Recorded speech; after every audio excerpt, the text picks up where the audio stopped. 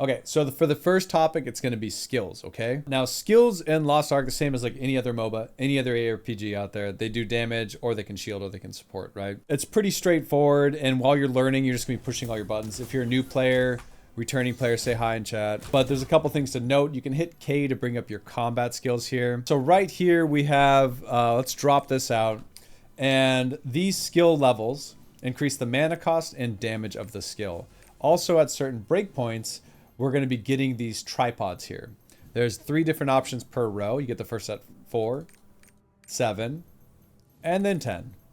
And then anything over that is just going to increase the damage, which is capped by your level. To get levels in this game, obviously you do any content basically, and any combat related combat, you're going to be getting some. Now, going through these tripods might seem a little bit tricky. Usually if you're starting with a new player event or pass, you're going to be kind of like auto-assigned all your skills, all your tripods, all your runes, and other things we're going to be talking about here. So don't worry about that. However, if you want to double check your build or like get some advanced settings here, you can go to the lostark.nexus and find your class. In this case, I'm looking at the sharpshooter. And we go down to our skills right here.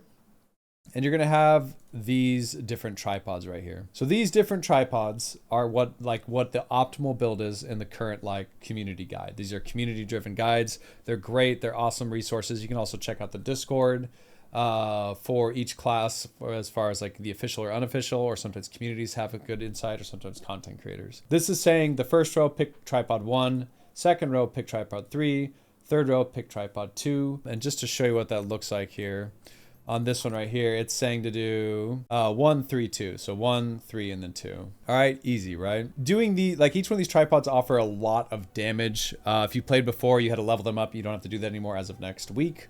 Cool, big W there. But if you do mouse over these, you can read through them on each one of your skills and familiarize yourself with other options. Sometimes they're pretty pick and choose. A good example is Hawkshot. I can do less mana, more meter, or more attack speed. All those are good options. Whereas this one down here, I need the crit rate. This one here, I need the damage. Pretty straightforward as far as the levels. Now these skill points right here are the first obstacle you're going to face. There's an horizontal express up here in the top right. If you're a new player, do that. It gives you a bunch of runes, which we'll talk about in a second. And it gives you skill points and some of the vertical or horizontal progression stuff that you do need done. Otherwise, there's this thing called the codex. Alt D is the default keybind for that, or go to guide and click codex. Now under character growth, under the permanent stat increase right here, we have skill point potions.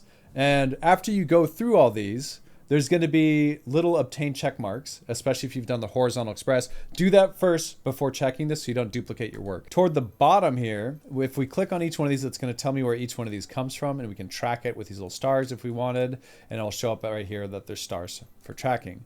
Now, this one's from Tower Fortune Spire. This one's from Omnium Stars, things like that. Things like that are probably going to be coming from the Horizontal Express Pass, but these give you more stat points. This one gives me 6, for example. Now, you as a new player won't be able to get as many skills up as high, let alone to 10, the max level.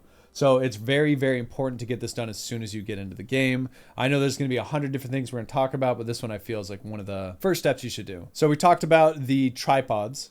We talked about skill points, skill levels, things like that. The next thing I'll talk about is these runes here on the side. Now, runes are another annoying thing. If we hit Alt D again, go into the codex or down there on the guide, there's going to be different runes we can select. I think they're here. Yeah, skill rune under character growth.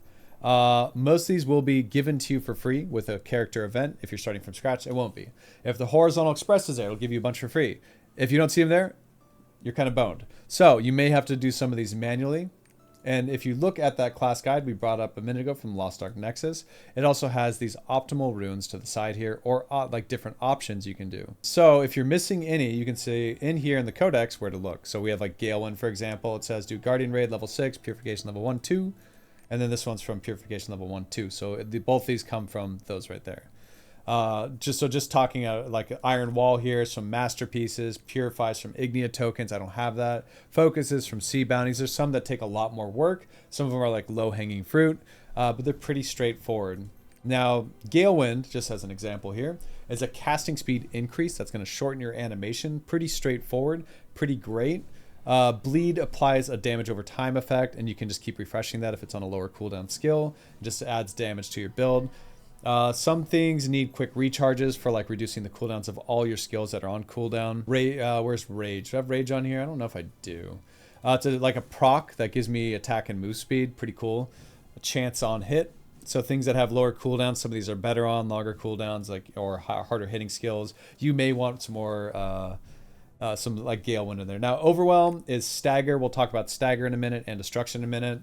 That's just increasing the stagger a skill can do, which is a special thing on the boss. Now, on the boss, it's going to have a yellow bar, or underneath its health bar is a little thin bar that you can stagger a boss on. Not everything is staggerable. But when it is there, you can increase your stagger based on your party comp if needed. Usually not, because most skills do have enough stagger, and we can go through that. And yeah, bleed and poison damage is completely detached from how much damage the skill itself does. That's true. I did say it was an added dot. I didn't specify it was a different added dot.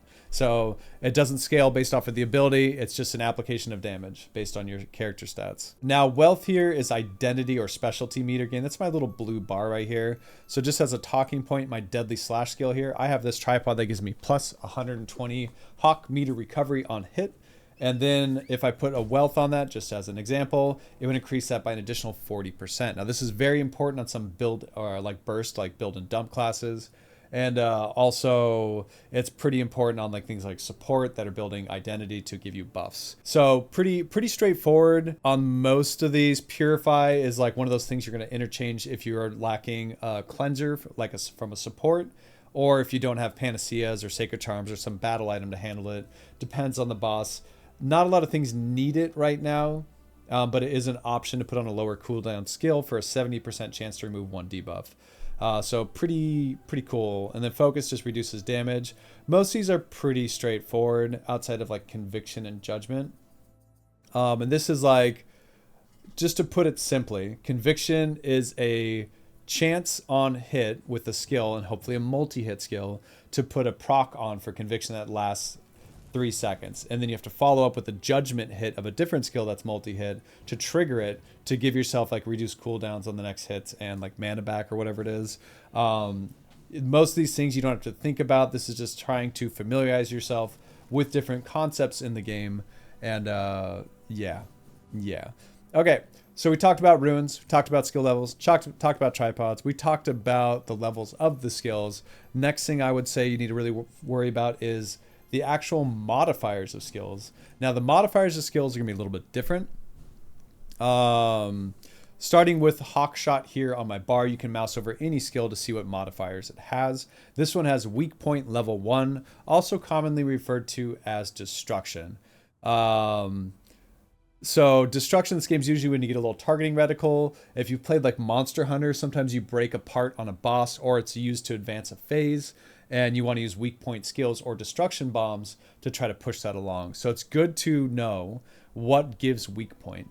In addition, there's another thing called stagger. You see stagger low on this skill, stagger mid on this one, stagger mid. Some classes have more stagger, some have less, but you need to identify what skills in your kit have the most stagger, because those stagger bars are part of mechanics of the fights and get like parts of the game and guardian raids. So knowing what does stagger, you can even use that overwhelm rune we talked about.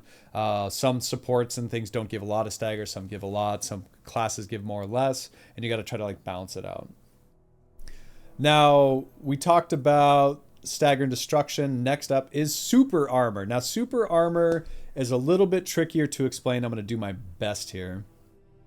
So super armor paralysis immunity is, I think, the first level of super armor. That's where if a target is doing something like a breath attack, as the way I will explain it, that would mini stun you or interrupt your skill, you can hold down one of those skills or actively cast it to not get interrupted by it. Whereas if I cast like Deadly Slash, which doesn't have any super armor to it, it would just like interrupt the cast and I would lose that damage or lose that effect. Or if I was a support, I would lose that buff. So you're losing damage, you're losing buffs. It's a bad thing to have happen.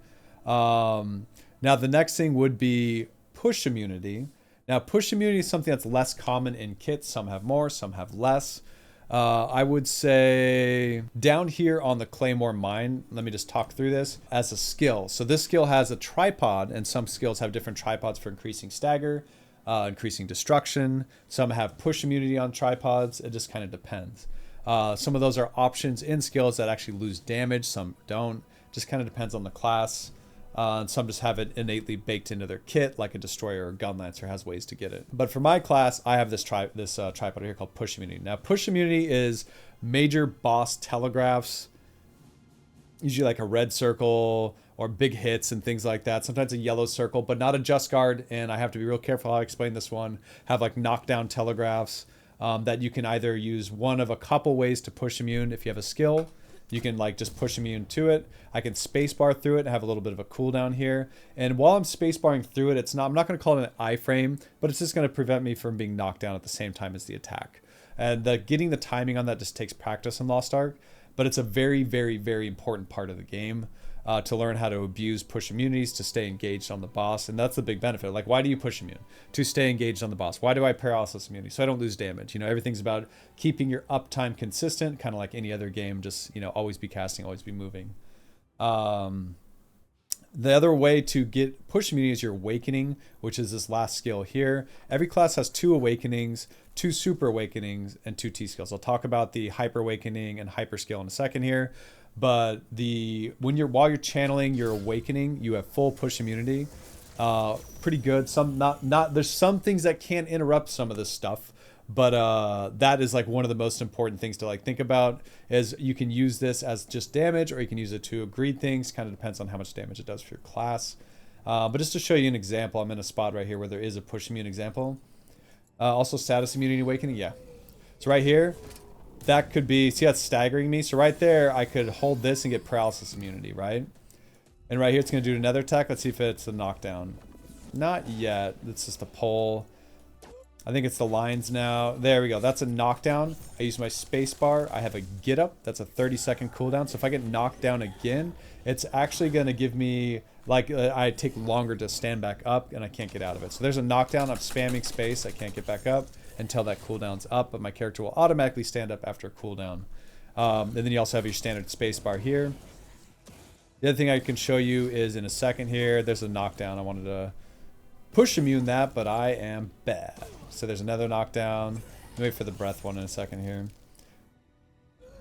So I think here, watch there. See how I'm not getting knocked now because I was holding that paralysis immunity skill. Now it's knocking me, just as an example. So here is the push immune skill. So right there, I prevented myself from being knocked down by using that. So these are things that are cooked into a lot of the kits that it really takes some like expertise to learn how to use properly.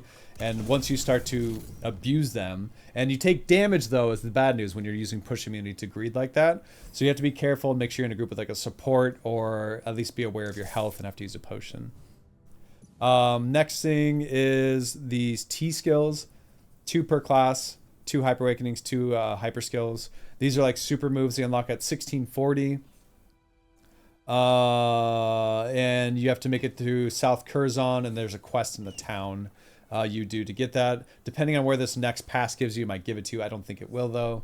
So you may need to complete that in order to get it. So you got to complete that story. It's like an hour and a half plus anything before that, and then you have the unlocking there. Just to show you what these look like if you've played MapleStory, it's kind of like your hyper or your origin skill from MapleStory. It's like a little cutscene with big damage and you're full immune during it. Very, very important that you can abuse that in some situations in this game. But if you don't have Trixion, so I just opened my sheet music here. If you don't have Song of Trixion, you have to complete the main story campaign to get it. And then there's like a little quest to get it, I believe, if I'm not mistaken here. But that's F2 to bring up the sheet music and do that. Once you're in Trixion, talk to the lady in the middle there. Talk to her. Now I'm in this like training ground. So once I'm in here, I can freely change and test any skill, any stat. It does not save. So whatever I do here, when I leave, gets reverted. So you can feel free to break your character however you want. But just wanted to show you what the hyper awakening looks like. There's this little thin bar around my awakening here. And if I do this, and if we recover all my resources, this gold bar is now full, and this is going to be my hyper awakening. So let's summon a little scarecrow boss, meaning it doesn't fight back. It's just going to sit here and take it, and here it goes. Ah, shit. Boom. So if you want to see what like your awakenings look like, you can reset these. You do have to be that 1640 and finish all the pre-quests like I talked about, but you can also change out your skills and do whatever you want. Like I can show you the other skills in this class.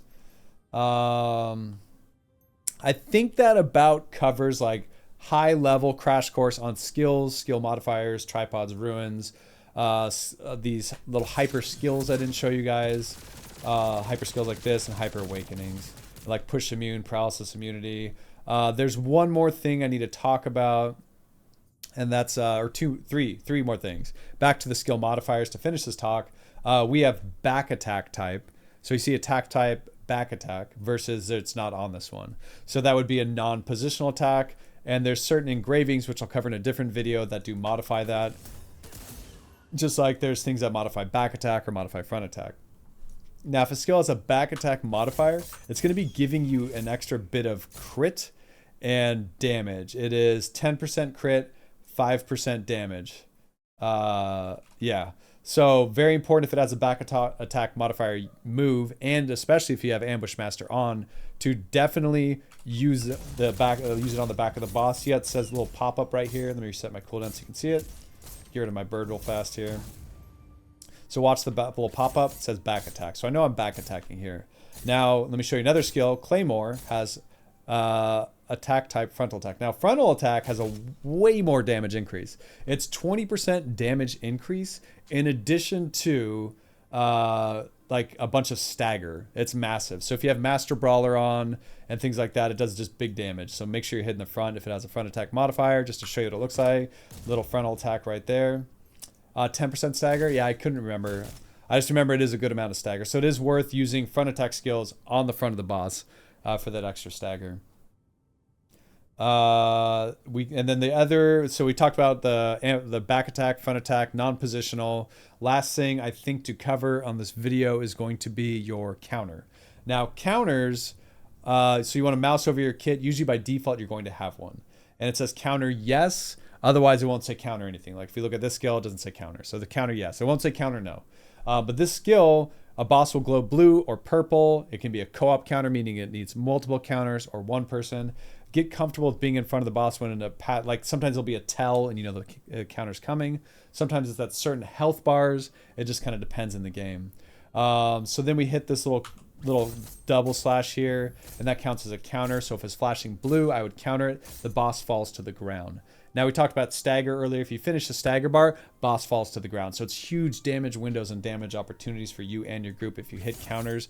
You got to get comfortable with getting these. It's a big part of the game. Same with these staggers. I can't really showcase just cards. That's not part of this video because it's not related to your skills, but it's something that I will talk about in the future. So yeah, I think this concludes episode 1 of this video series. I don't know what it's called yet. Probably something clever, like, I don't know, Lost Ark Dojo, White Belt, episode 1 of episode 1. All right, guys. Say bye to YouTube. Bye, YouTube. See you next time. Okay, bye.